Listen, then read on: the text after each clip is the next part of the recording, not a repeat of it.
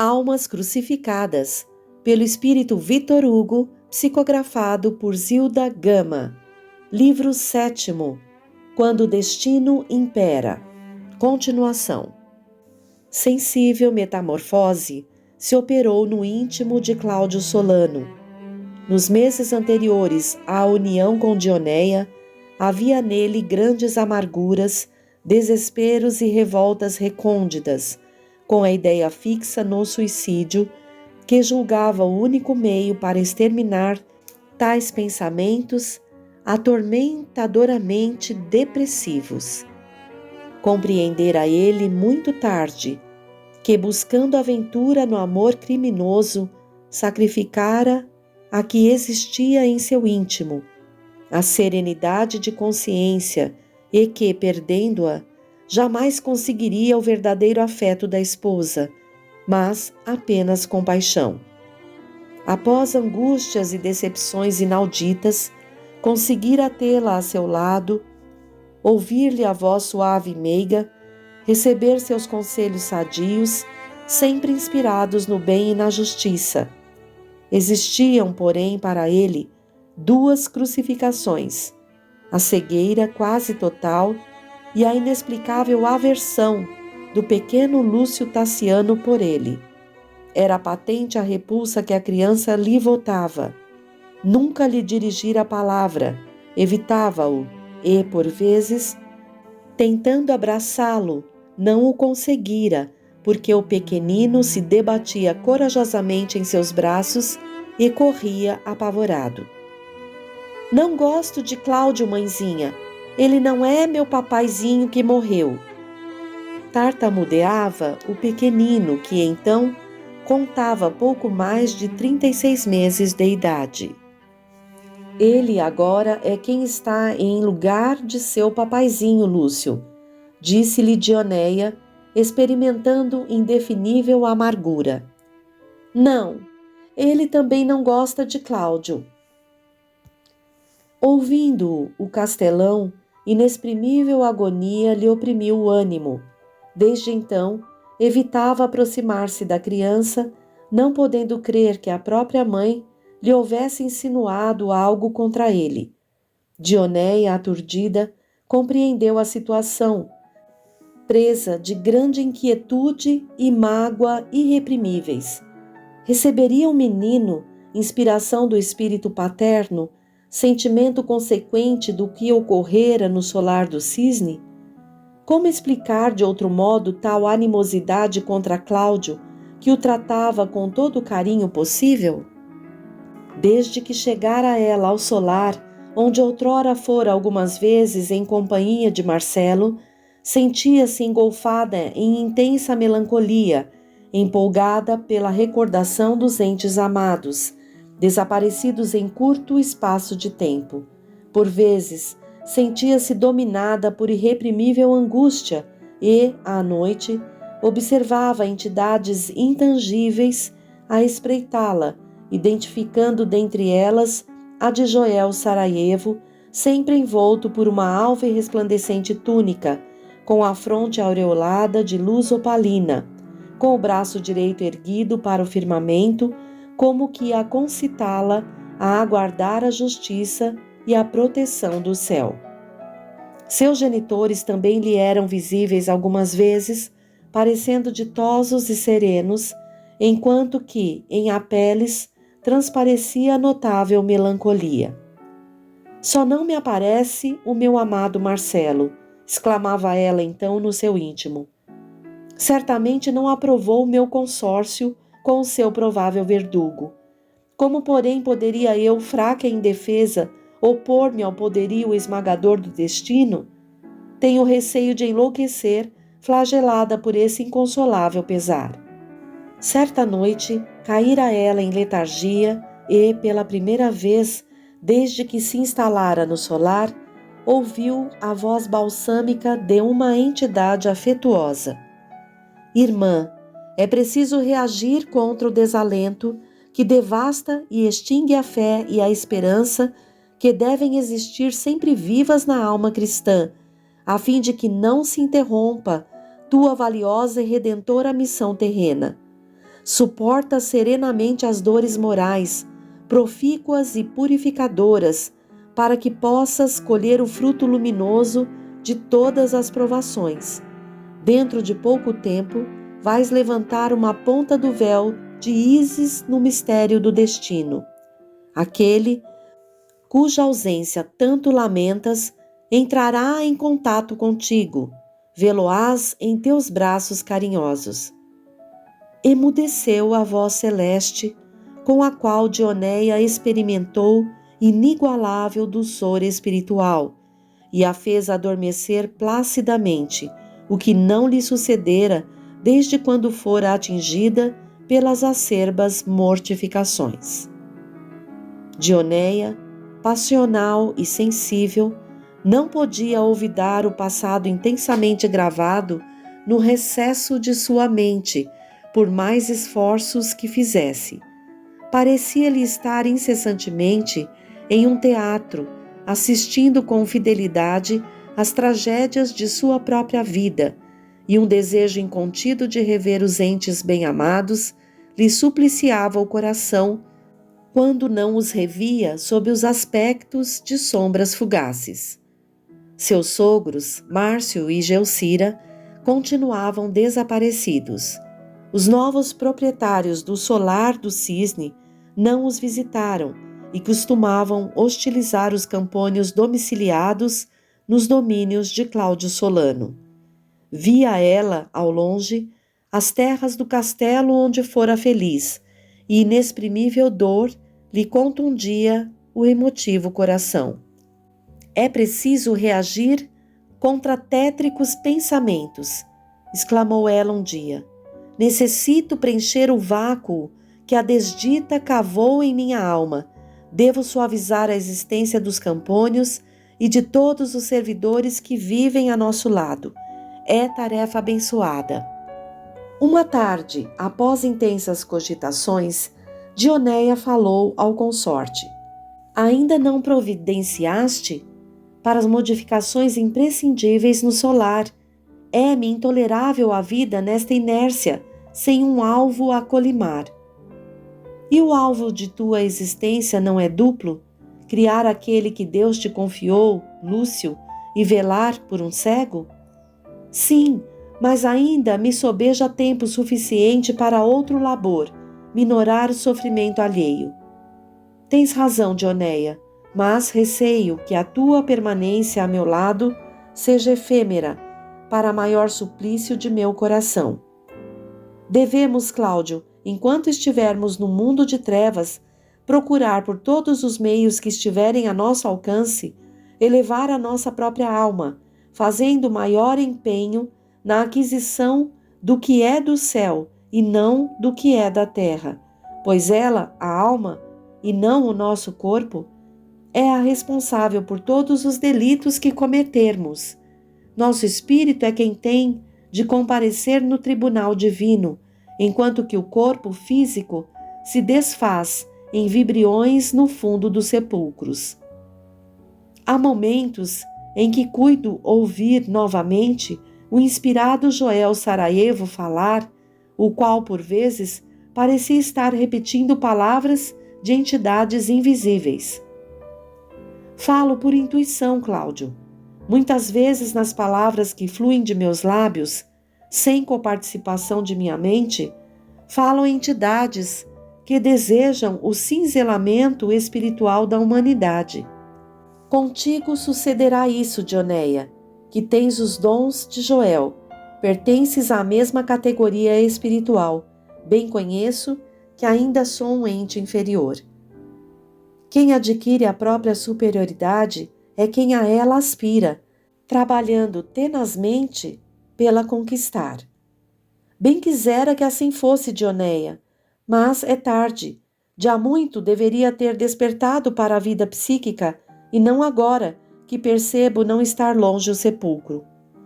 Julgas acaso que Joel conquistou a invulgar superioridade que transparecia em suas nobres feições, que por vezes se iluminavam de fulgor recôndito no curto espaço de tempo de uma etapa terrena em que tivemos a alegria de conhecê-lo? Não, por certo. Mas como triunfarmos em uma existência em limitado tempo, do acervo dos instintos e das imperfeições que nos dominam nos séculos escoados?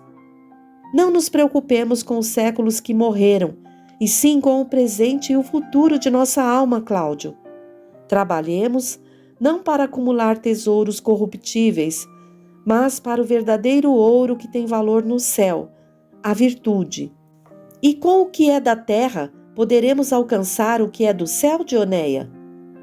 Sim, quando os tesouros da terra servirem para mitigar as amarguras dos infortunados. E quem envia à terra esses infortúnios que flagelam a humanidade? Não é o próprio Criador, segundo a interpretação de todas as crenças religiosas? Devemos ir de encontro à vontade suprema que nos envia, derrogando a que chamas leis divinas? Toda a dor revela uma transgressão anterior, mas Deus, Pai clementíssimo, envia o sofrimento para corretivo do mal praticado, apresentando a oportunidade dos bons e dos justos exercitarem os seus sentimentos altruísticos e fraternos. Sempre tens lógica em tuas explicações e argumentos, Dioneia. Depois desse diálogo, radical transição se operou no Alcázar, modificação material, moral e espiritual. Um hausto de felicidade bafejou os que se encontravam sob a égide protetora da piedosa castelã.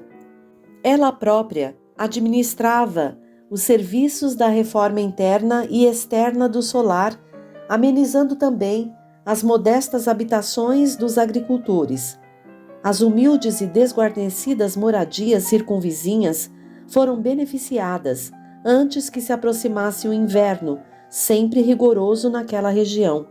Foram contratados 2 professores para a instrução dos filhos dos campônios, e ela muitas vezes os auxiliava nos labores do magistério primário, organizando também um conjunto de estudantes de música, matéria predileta que ela já havia selecionado nos primeiros tempos de sua juventude, arpista consumada que era. No andar térreo havia um salão abandonado, no qual, depois de cabal reforma, reunia 2 vezes por semana os serviçais do castelo, ouvindo-lhes as reclamações, atendendo-as quando lhes pareciam justas, providenciando para o tratamento dos enfermos, auxiliando pecuniariamente os necessitados, dirigindo palavras confortadoras a todos, tornando-se dentro em pouco a providência de todos os lares, a orientadora de todos os que eram, como costumava asseverar, companheiros de jornada que o céu lhe havia concedido para compartilharem das mesmas lutas e dos mesmos e raros triunfos. Cláudio estava dia a dia mais enlevado com os predicados de alma da consorte, e tudo lhe facilitava para a realização do que ela projetava. Muitas vezes à noite congregava os habitantes do solar para lhes falar sobre o cristianismo, que por aquela época ainda tinha tenazes perseguidores. Nesses momentos, ela mostrava recursos de oratória que arrebatavam a humilde assistência, surtos de inspiração que penetravam nas almas dos que lhe ouviam a palavra persuasiva. Certa noite, ao terminar uma de suas eloquentes dissertações sobre a fé e o cumprimento dos deveres sociais, foi avisada que a esposa de um campônio, a qual dias antes tivera laboriosa delivrança e para a qual já providenciara tratamento, se encontrava em estado grave ou desesperador. "Quero vê-la", exclamou ela resolutamente, pois devido ao mau tempo reinante, ainda não fora à choupana da parturiente. "É longe a moradia de Teodório Guandiani, senhora", explicou um dos servos presentes. "Manda prestar a sege", ordenou Dioneia, "não há tempo a perder". Decorridos poucos momentos, Dioneia e o filhinho, este insistira em não se separar da genitora. Acompanhados pelo administrador do solar, Felipe Valdomiro, sempre taciturno e incompreensível, dirigiram-se ao local onde estava agonizante uma camponesa, que havia dado à luz da vida um entezinho que se iniciava nas trevas da orfandade. Durante a viagem, tendo o filhinho aconchegado ao seio, Dioneia aproveitou o ensejo da ausência do esposo para lhe dizer: meu filhinho, quero que trates com bondade a quem está substituindo teu paizinho, que morreu antes de teu nascimento. Cláudio ficou triste porque não quiseste fazer-lhe companhia hoje, quando precisei sair do castelo. Não gosto dele, mãezinha. Tenho medo de ficar sozinho com ele. Ele é bom para o meu querido Lucinho. Ele é mau, mamãezinha. Como sabes, filhinho? Não o viste fazer nenhuma perversidade. Mas eu sei que ele já me matou. Pois não estás vivo, filhinho? Perguntou Dioneia com um doloroso sorriso ao notar que Felipe Valdomiro estava atento às suas palavras. Agora estou, mãezinha, mas foi há muito tempo. Mas agora ele já não te fará nenhum mal. Eu quero que meu filhinho seja bom para ele, respondeu-lhe a castelã. Reinou silêncio entre os que se dirigiam para o extremo leste do castelo, já em plenas trevas noturnas. Após uma hora de percurso, Lúcio adormecera nos braços maternos. O temporal que havia amainado no início da jornada recrudescera com violência. Dioneia, atemorizada por causa do precioso fardo que carregava, abraçara-o e, transida de receios, alçou o pensamento a Jesus, implorando-lhe auxílio e proteção para ela e para os que lhe eram companheiros de viagem. Por vezes, observara a estranha luz sinistra no olhar de Felipe Valdomiro. O ribombar dos trovões dir-se-ia que abalava a própria natureza. Coriscos rubros serpeavam na amplidão enegrecida, aclarando, por vezes, os matagais e as serranias circunvizinhas do solar da Galileia. Quando Dioneia chegou, inesperadamente à choupana de um dos mais laboriosos agricultores, grande foi a surpresa de todos quantos lá se encontravam para confortar os que se achavam em perspectiva de doloroso transe. A habitação coberta de colmo, com as portas e as janelas danificadas, não oferecia abrigo seguro aos que lá residiam. Dioneia, impavidamente, encaminhou-se ao desolado esposo e, com este, se encaminhou para o leito da parturiente e, comovida, a interrogou com bondade. Como te achas, Helena? Melhor? Não, vou morrer, senhora condessa, e deixar meu filhinho, murmurou a enferma a custo com as palavras entrecortadas. Senhora, eu...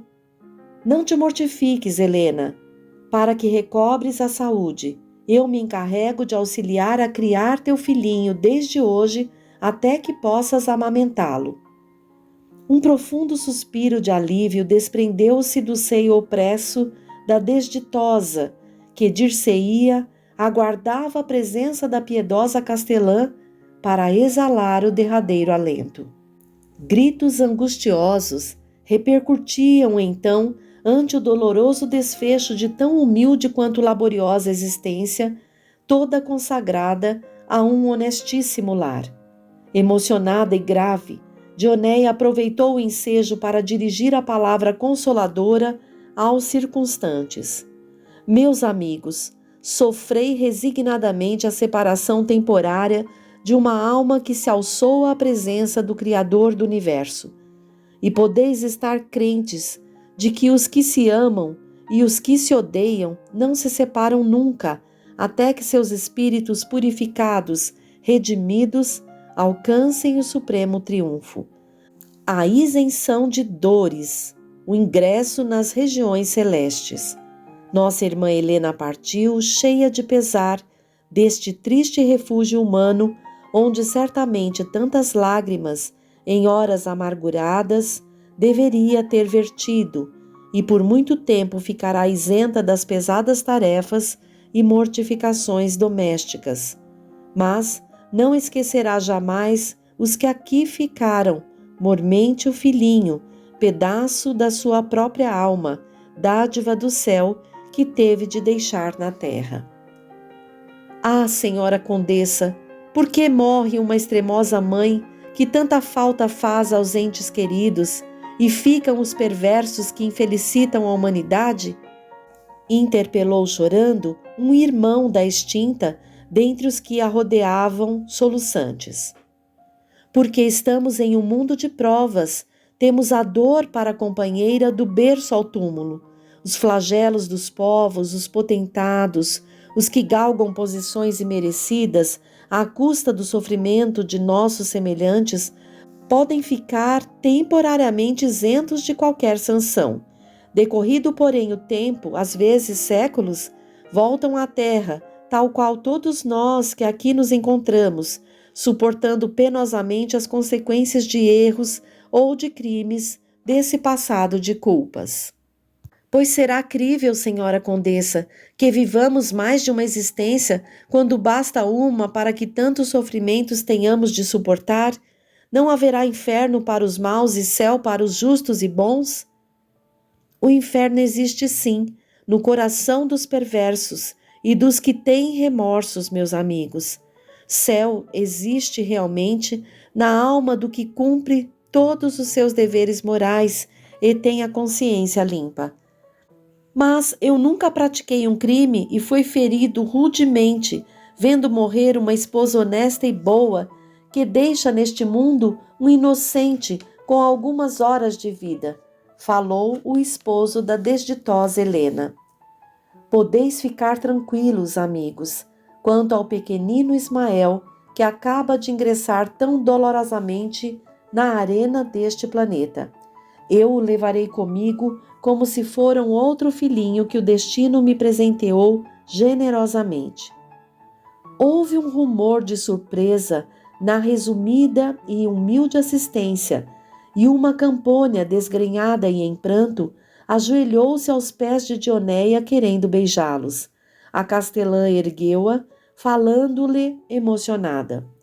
Não posso permitir que sejam beijados os meus pés, amiga, porque não merecemos os aplausos da terra, e sim os do céu, quando cumprimos os nossos deveres cristãos. Dioneia, que não repousara durante aquela inolvidável noite, reanimou os parentes de Helena, confortou-lhes os corações com palavras fraternas, falando-lhes do cristianismo ligado às leis das reencarnações ou da palingenesia, que tanta esperança incute nos espíritos atribulados e decepcionados pelas mais duras contingências humanas. Cuidou do órfãozinho, deitando-o ao lado de Lúcio, que havia dito tão logo soube que o pequeno Ismael seria levado para o solar da Galileia. Que bom, mãezinha! Agora vou ter com quem brincar. Sim, meu filho, ele será um irmãozinho que Deus te enviou inesperadamente.